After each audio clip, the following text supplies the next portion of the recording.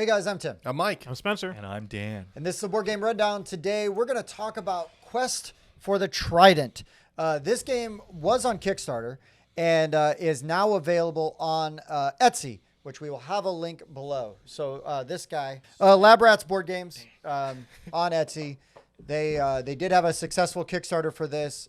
And the nice thing about his Kickstarter is that, like, basically he makes these at home and then he was able to then ship them out like immediately. So literally the fastest filling Kickstarter ever.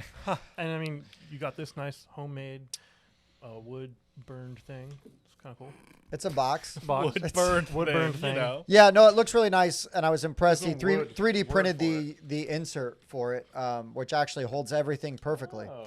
Oh. It was really well done. I was impressed by that when we got it. So in this game, Quest for the Trident, you're going to basically, all these ships, plays 2 to 6 players. All these ships are going to start on the one harbor tile in the center, and you're going to go out into a 7x7 grid, and you are trying to, first you need to claim a hideaway, preferably early on, maybe an unclaimed one, but you can fight people for hideaways. And then you're going to try to find the tiles that will first give you the Tome of Atlantis, right? Or what is it called? Where'd it go? Oh, it's taken from me. Here it is, Tome of the Gods. Yeah. And then you take that to Poseidon's palace, and then you can get his trident. And then you need to get the trident back to a hideaway that you control. So the majority of these cards are blue bordered, which means they're ocean tiles. And some are just wide open, calm seas. Some of them, most of them are, whirlpools and things that allow you, like a shifting seas, which allows you to switch places, other ocean tiles, flip them face down. So now maybe you don't remember, then you can shuffle them around. There's, in one of the expansions we use, there's water spouts, which can allow you to teleport to other parts of the board, or maybe right next to it if that's where. And wind direction. And then the wind cards we played, and the wind cards will then give you basically a free move in that direction if you want. But when a new one comes out, everybody gets blown in a certain direction. So that was a fun variable there. So yeah, in this game, you're going to roll it. It's a roll and move. You're going to roll a die. You're going to try to move. I say try to move that many spaces because odds are you're going to flip over a tile that's going to stop your movement.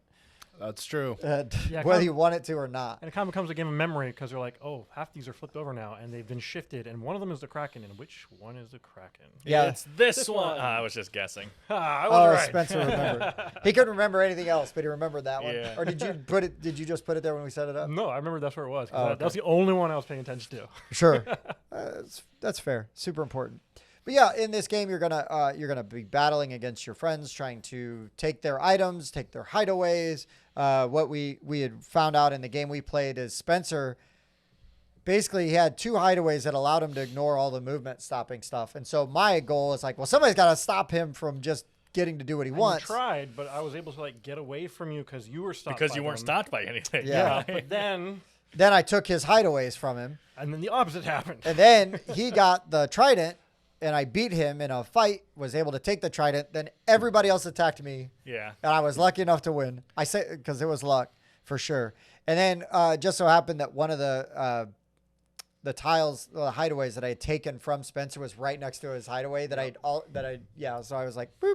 So I took the trident, walked right over. But it give so much to you, Tim. It made for me. It made for a pretty exciting game though because we had. We had like a whole row on one side that was unexplored, and then it was like this kind of top row area, and we're like, okay, it's got to be in one of these areas. And so then the strategy comes with the shifting the seas is moving those tiles to well, if my hideaway is all the way on the other side of the board and I got to get there quickly, well, if I'm able to move stuff around, maybe I put a water spout, close to me, if there's another water spout nearby, or, try to clear a path if you don't have things that allow you to ignore movement. And so that strategy I found really satisfying, and for just like a light luck game, roll and move game, I found that pretty fun. We were like, we're attacking people, or there's a little bit of drama around drawing the tile out, right? And like, well, what are you gonna get? So it was like Kraken, get the Kraken. But yeah, that was more or less my experience with this guy. What do you think, Spencer? Oh, I liked it. There's definitely not only the memory thing, But at the end, you're going to have that whole everyone's piling in on top of the person with the trident. But the person with the trident gets +1 to attack, but -1 to move. Yes. So you know they're going to get attacked. Yes. It's like inevitable. Some of these things, we did have some expansions, like the water spouts and things. And I thought they made for a nice change, some variability. And, I mean, yeah, some of these things, when you are moved by the wind onto something like rocky waters, you then have to roll to see if you capsize. Right. And so there's also a really big element of luck. I mean, it's got both skill and luck, but I think there's more luck than There's not. strategy. You There can is strategize, but Oh, yeah. you definitely have to be ready for On your the toes. rolls to bite you in the butt. Yep. But I didn't have a problem with that for a lighter game. It's one thing if you're playing a 3-hour game and you're getting hosed by luck. That's a true. different experience. I mean, I had good luck in the first 3/4 of the game, and in the last fourth of the game, you had all the luck, and that made such a I just change. had it when I needed it. Yeah. Yep. Let you do all the work, and then I went and stole it from you. Dan, what about you, man? I'll start off with a couple just basic negative thoughts. First of all, roll and move sucks. And I get that it's one of the things that makes the game kind of family weight. It's a very family weight game. And I don't know what you could add some complicated card system to it. Roll and move just sucks. There's like 5 rounds in a row where I was just Austin Powers in one corner because I just kept rolling a 1 and then kept getting on tiles where I couldn't move, right? And that just sucks. And you have no control over that. You roll a die and you're like, let's see what's going to happen this turn. But again, I get why it's in there. And the other thing is, just because if people are looking at this, right, if I made this game, I would be very happy with the components. They're very nice for something that a guy kickstarted and then is making on Etsy. That's like a dream come true for me. But if you're in the hobby, I just want you to know that you're getting the quality of a game you get on Etsy. You know, like if this game had a production company behind it that made a tiled game and stuff, it's got some cool potential here. But that's not what it is. And again, I think Lab Rat should be very happy with what they made here because I would be. I just want you to have the right mindset when you're going into it. Yeah, these aren't tiles; they're just cards. Yeah, thick laminated cards laminated that they cards. photoshopped, right? Which is totally fine. Now, some things. The actual gameplay loop of this game, I really like. A tile exploration game where there's a memory aspect to it, where you're flipping tiles over and you're trying to find the route to get to where you need to do, but constantly upside down tiles. And then obviously there's stuff in the game, right? So I had a power where once per turn when I was moving, I could look at a face down tile before moving onto it. And if I didn't want to move there, I could put it face down instead and change my direction. That kind of stuff in a memory kind of game is just really fun to take advantage of.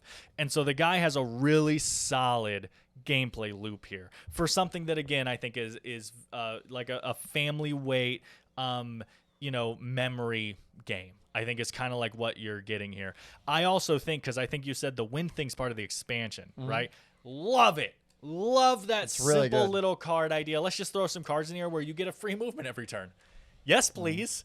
That's so cool, especially in a game, like I said, where you're relying on roll for move, and so many tiles on the board are going to stop your movement. So getting any kind of free movement, I can see why they thought that up and put that in the game. So overall, I'd say that this was a really fun game. I'd suggest, again, if what we explained is something you're like, oh, my family would really like that, I think this is a really fun experience. It's just that this is not going to be the most strategic, thinky game you've ever played. It's going to be a lot of, okay, I roll my dice and I see what happens. So, yeah, I'd be up for that. But at least capsizing only takes 1 turn out. Correct. It's And not a It's big you, deal. and you get the ship Capsizing- the seas, and you get though, the ship the which is seas. nice. Capsizing is just a cool way of saying skip your turn and also try to set up your next one. Yeah, or that's jack somebody personnel. else's Sure, ship. yeah. Keep Dan in that corner. Please, not again. All right, Mike, what about you, man? You said the water spouts were part of the expansion. I wouldn't play without those to the point where if you're stuck in a corner, I'm not sure how to recover without those. So I would say those are required. And those make the shifting seas aspect of the game so much more interesting because not only do you have to remember what's been swapped, but if you can remember where the water spouts are and you can teleport from one water spout to another, that's definitely a game changer. So I really appreciated that part of the game quite a bit.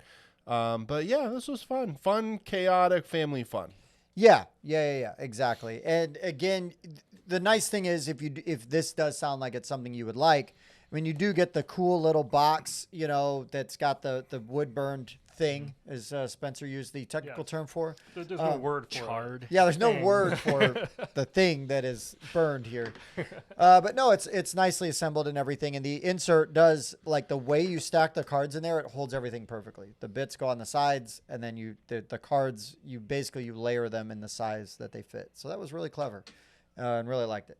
But yeah, for just a nice, easy, fast game, you know, tons of fun. Filler game. Your friends that love Eclipse this may not be their jam.